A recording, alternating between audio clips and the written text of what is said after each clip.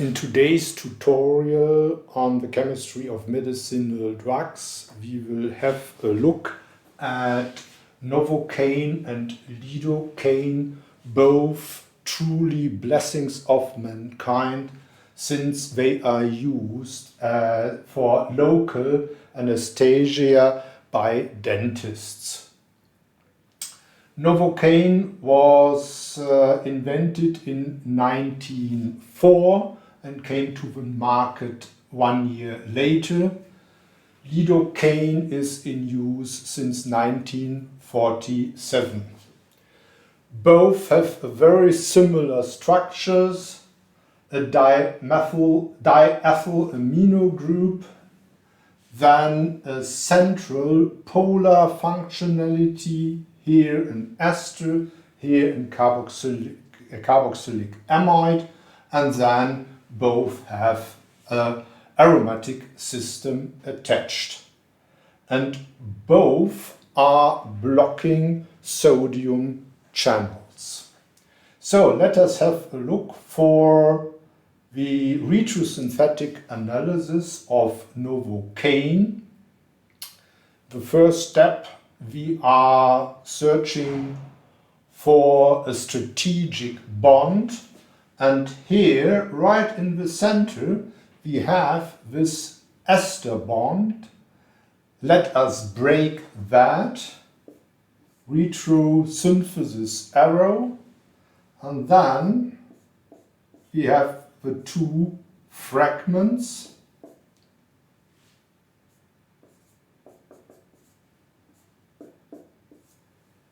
Here the acceptor functionality and the other synthon is this structure with donator functionality. We can directly translate these synthons into synthetic equivalents.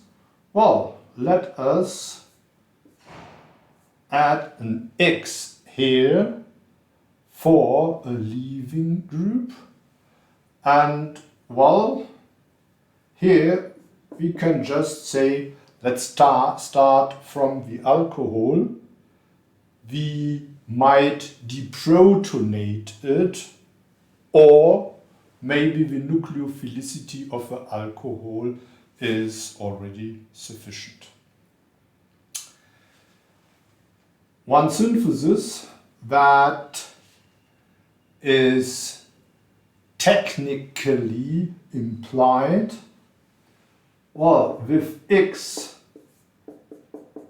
is a ethoxy group, so we have the ethyl ester here, and then we can achieve a transesterification if we add a base, and the base is in this case simply sodium ethanolate. In equilibrium, also this alcohol is deprotonated, and then its sodium alcoholate will attack the ethyl ester, and then by addition elimination achieve the transesterification. So why not simply starting from the carboxylic acid under acidic catalysis and esterification? Well, this doesn't work in this case, since we have at both reaction partners basic centers which will trap the catalytic acid. But we could think about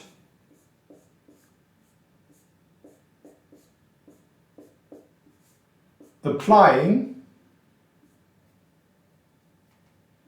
a carboxylic chloride, but then This aniline functionality would cause problems since this is nucleophilic enough to attack the carboxylic acid chloride functionality of the next molecule. In such cases, you should always think about changing the oxidation state. Well, let's go from the amino group to a nitro group. How can we synthesize this acid chloride?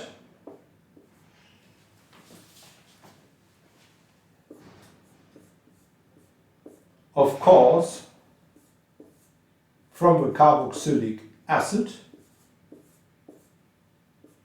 simply by treating it with thionyl chloride.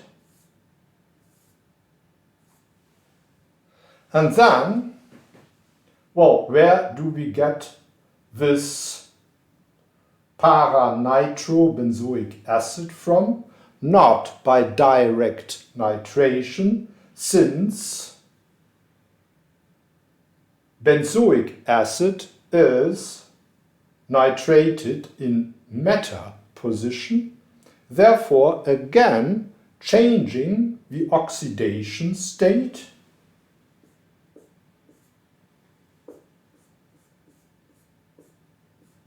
to toluene,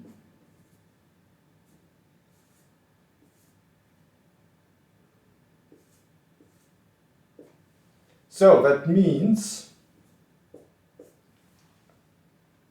we have to plan an oxidation step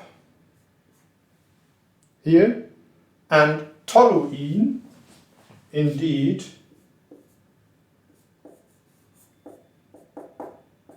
is selectively mononitrated in para position. So, let's go through the synthesis, starting from toluene, nitration, then oxidation, forming the acid chloride. We could then think about directly performing an esterification with the amino alcohol. Then in the last step, we just have to reduce that nitro group to come to the amino group, or alternatively, take this acid chloride, esterification with sodium ethanolate, and reduction of the nitro group. Then we are at this stage with an ethoxy group here, and then the trans-esterification. So, last thing we should clarify is how would we synthesize this amino alcohol? The strategic bond is certainly this one, starting from diethylamine plus a C2 component with one oxygen. This is simply ethylene oxide. Thanks for listening.